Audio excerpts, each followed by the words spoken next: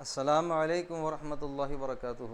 محترم و مکرم سامعین کرام، اللہ تعالیٰ کے فضل و کرم سے قومی کونسل برائے فروغ اردو زبان کے تحت چلنے والے ایک سالہ عربی سرٹیفکیٹ کورس کے سبق نمبر 30 کو ہم نے پڑھ بھی لیا تھا اور اس کے سوال جواب کو بھی ہم نے حل کیا۔ آج ہم اسی کتاب کے سبق نمبر 31 کو پڑھیں گے، جس کا عنوان ہے الدرس الواحد والثلاثون، 31واں سبق افعال ناقصہ۔ اب افعال ناقصہ یہ کیا ہوتے ہیں؟ افعال ناقصہ ٹوٹل 13 ہے۔ اب ان کا استعمال کے لیے، ان کا کیسے استعمال کیا جائے گا، اس کے لیے میں ایک الگ سے 10 سے 15 منٹ کی ویڈیو بناؤں گا۔ آج آپ کو صرف ایک کام کرنا ہے، یہ 13 ہے اور اگر ایک لائن میں لکھوں میں تو ایک لائن میں ہی پورے آ جائیں گے، تو یہ 13 کے 13 آپ کو یاد کر لینا ہے۔ میں صرف ایک مثال یا دو مثال آپ کو بتا رہا ہوں اور بعد میں پھر 13 کے ایک ایک حرف کی اور ایک ایک لفظ کی میں آپ کو مثال یہاں پر بتاؤں گا۔ پہلا ہے کانا۔ اب کانا کے معنی ہوتے ہیں تھا، سارا کے معنی ہو گیا، لیسا کے معنی نہیں ہے، اصبح صبح میں کوئی کام ہوا، اضحیٰ دوپہر کے وقت کوئی کام ہوا، دوپہر میں ہوا، امسا شام میں کوئی کام ہوا، ظلہ دن میں کوئی کام ہوا، باتا رات میں کوئی کام ہوا۔ اور یہ ما زالا، ما بریحہ، ما فتح، من فکا، ما داما، یہ ہمیشہ یہ دوام کے لیے آتے ہیں، یعنی کوئی بھی چیز مسلسل رہی یا پھر برابر رہا، چلتا رہا، یہ کنٹینیوشن میں اور کوئی کام کے مسلسل چلنے اور مسلسل رہنے کے لیے یہ 5 لفظوں کا استعمال کیا جاتا ہے۔ اب میں اس کی مثال آپ کو بتا رہا ہوں، جیسے الولد کبیر، اس کا ترجمہ ہوگا لڑکا بڑا ہے، لیکن یہی ولد کو اگر میں کانا لگا دوں تو یہ کانل ولد، اس کا مبتدا تو کانا کا مبتدا کو اسم کہتے ہیں، اس کا اسم یعنی اس کا شروع مبتدا تو زبر پیش والا ہی رہے گا، لیکن خبر منصوب ہو جائے گی۔ اب یہ ہو جائے گا کان الولد کبیرا، تو یہ کانا کیا کرتا ہے، بعد والی خبر کے جو دو پیش ہوتے ہیں اس کو 2 زبر کر دیتا ہے، مطلب تنوین جو پیش کے ساتھ آتی ہے وہ تنوین زبر کے ساتھ کر دیتا ہے، مضموم کو منصوب کر دیتا ہے۔ کان الولد کبیرا، لڑکا بڑا تھا۔ الولد عالم، لڑکا عالم ہے۔ اب ہم سارا لگا دیں گے، صار الولد، تو یہ عالم سے عالمن ہو جائے گا، صار الولد عالمن، لڑکا عالم ہو گیا۔ اب ٹھیک اسی طریقے سے 13 کی مثال کے لیے میں الگ سے ویڈیو بناؤں گا جس میں 13 کے استعمال کو ہم دیکھیں گے۔ یہ 2 چیزوں کا آپ سمجھ لیجئے کہ کانا اپنی خبر کو منصوب کر دیتا ہے، زبر دیتا ہے، کانا اپنی خبر کو کیا کرتا ہے، منصوب کر دیتا ہے۔ اب آئیے ہم سبق کی طرف چلتے ہیں۔ آج کا ہمارا سبق ہے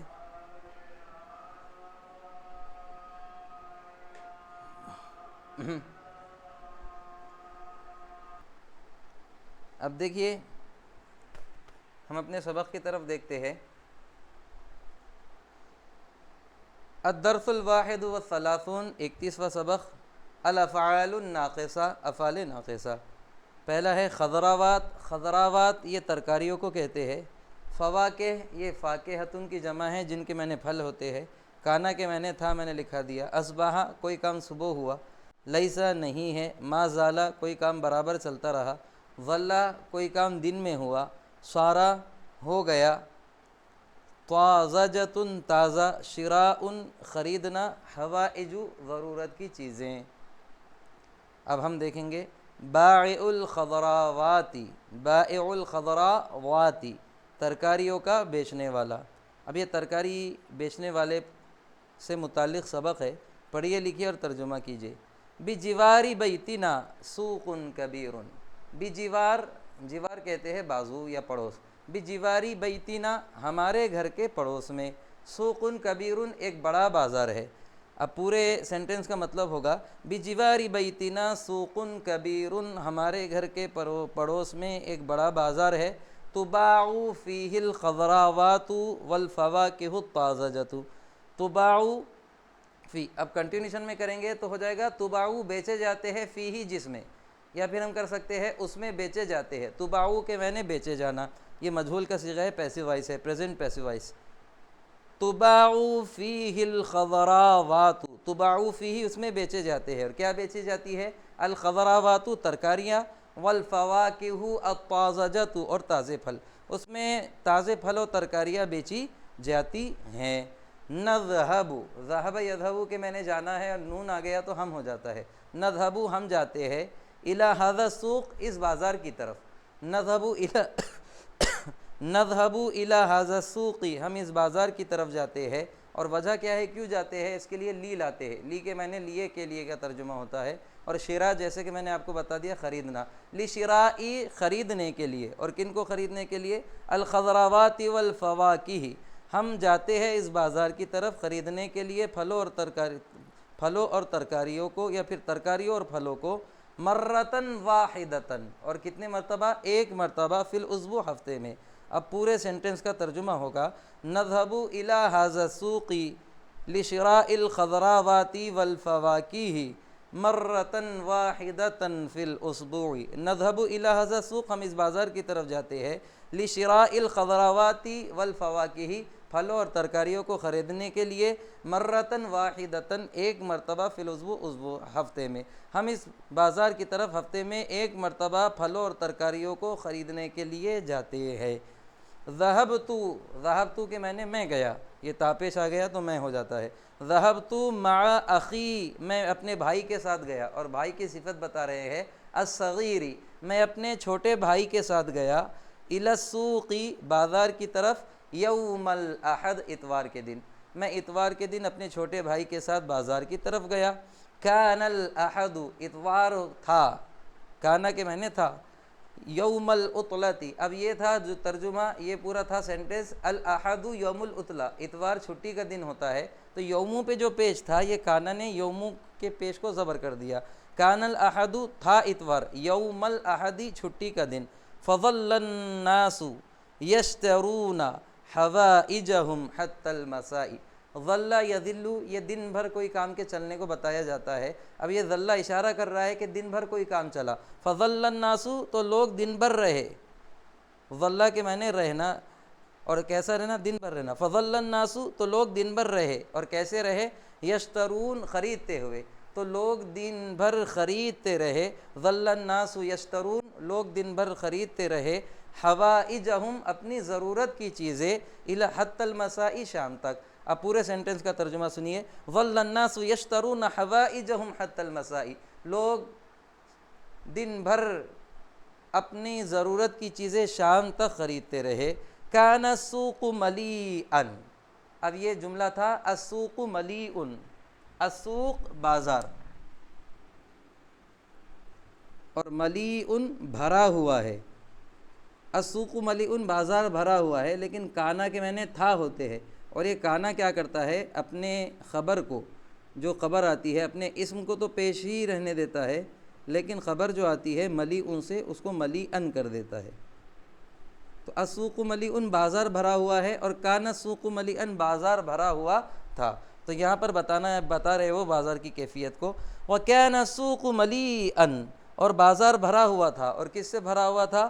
بِالْفَوَاكِهِ الطَّازَجَةِ وَالْخَضْرَوَاتِ الْجَيِّدَةِ، وَكَانَ السُّوقُ مَلِيئًا بِالْفَوَاكِهِ الطَّازَجَةِ وَالْخَضْرَوَاتِ الْجَيِّدَةِ، تو بازار بھرا ہوا تھا تازے پھلوں سے اور عمدہ ترکاریوں سے، مثل البصل جیسے کہ پیاز، والباذنجان اور بھینڈی، پیاز باذنجان اور بیگن، والبامیتی اور بھینڈی، والسبانخ اور سبانخ کہتے ہیں پالک کو، والجزر اور جزر کہتے ہیں گاجر کو، والبسلہ اور بسلہ کہتے ہیں جو سیم کی جیسی پھلی آتی ہے، والبطاطس بطاطس آلو کو کہتے ہیں، والطماطم اور طماطم یہ ٹماٹر کو کہتے ہیں۔ ایک جملے میں میرے سے ایک کلمے میں مسٹیک ہو گئی ہے، جزر کے معنی ہوتے ہیں گاجر، اور خیار عربی میں کھیرے کو کہتے ہیں، خیار جو آتا ہے، تو خیار کھیرے کو کہتے ہیں، اور یہاں جزر کو نوٹ کر لیجئے، جزر کے معنی ہوں گے گاجر۔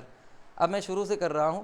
وَكَانَ السُّوقُ مَلِيئًا بِالْفَوَاكِهِ الطَّازَجَةِ وَالْخَضْرَوَاتِ الْجَيِّدَةِ، اور بازار بھرا ہوا تھا تازہ پھلوں اور عمدہ ترکاریوں سے، مثل البصل جیسے کہ پیاز، والباذنجان اور بیگن، والبامیہ اور بھنڈی، والسبانخ اور پالک، والجزر اور گاجر، والبسلہ اور سیم، والبطاطس اور آلو، والطماطم اور ٹماٹر۔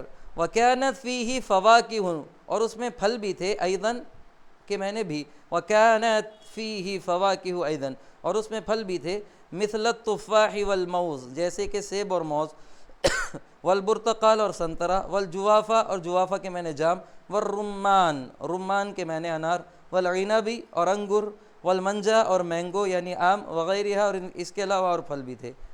ذہبت الی صاحب الدکان، میں دکان والے کی طرف گیا، وسألتہ، اور میں نے اس سے پوچھا۔ اب مصنف اور دکاندار کے درمیان گفتگو چل رہی ہے۔ انا السلام علیکم، میں نے کیا کہا؟ السلام علیکم صاحب الدکان، وعلیکم السلام ورحمۃ اللہ وبرکاتہ۔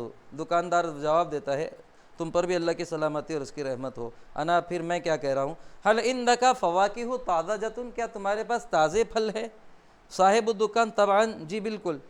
انا میں کہہ رہا ہوں ما ہی الفواکہ الطازجۃ عندک، آپ کے پاس تازے پھل میں کیا کیا ہے؟ آپ کے پاس تازے پھلوں میں کیا کیا ہے؟ صاحب الدکان کہہ رہے ہیں عندی عنب و تفاح و موز، میرے پاس انگور اور موز، میرے پاس انگور اور سیب اور موز ہے۔ انا حل العنب طازج، کیا انگور تازے ہیں؟ صاحب الدکان بالطبع بالکل۔ انا میں العنب یبدو بائتا، انگور تو باسی نظر آ رہے ہیں۔ صاحب الدکان کلا بالعکس، نہیں بلکہ حقیقت اس کے مخالف ہے۔ مطلب کیا؟ نہیں ایسا نہیں ہے بلکہ انگور بالکل تازے ہے۔ صاحب انا کم ثمن التفاح، سیب کی قیمت کیا ہے؟ صاحب الدکان 40 روبیۃ لکیلو واحد، 40 روبیۃ 40 روپے ایک کلو کے۔ انا واللہ ھذا غال جدا، اللہ کی قسم یہ تو بہت مہنگا ہے۔ صاحب الدکان کم ترید انزل لک الثمن، آپ کتنا چاہتے ہیں میں آپ کے لیے قیمت کو اتار دوں گا۔ نزل ینزل کہ میں نے اتار دینا، کم کر دوں گا مطلب۔ انا میں اعطنی کلو واحد، مجھے 1 کلو دے دیجئے۔ صاحب الدکان تفضل لیجئے۔ اشتریت التفاح والخضراوات، میں نے خریدا سیب کو اور ترکاریوں کو۔ وما زلت مشغولا، اور میں مسلسل مشغول رہا، فی السوق بازار میں، لساعتین 2 گھنٹوں کے لیے، اور میں مسلسل بازار میں 2 گھنٹوں کے لیے مشغول رہا۔ ثم رجعت الی البیت، پھر میں گھر کی طرف لوٹا۔ صار الاولاد فرحانین، اب یہ تھا جملہ الاولاد فرحانون، بچے خوش تھے، بچے خوش ہیں، لیکن سارا کے معنی ہو گئے صار الاولاد فرحانین، یا فرحانون کو فرحانین کر دیا گیا۔ صار الاولاد فرحانین، بچے خوش ہو گئے، عندما رأوا التفاح، جب انہوں نے سیب کو دیکھا۔ عزیزان گرامی، یہاں پر یہ مختصر سا سبق تھا جو ہم نے ختم کیا۔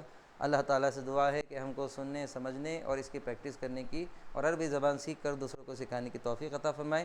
پھر اگلی ویڈیو میں پھر ملاقات ہوگی، تب تک کے لیے السلام علیکم، اللہ حافظ۔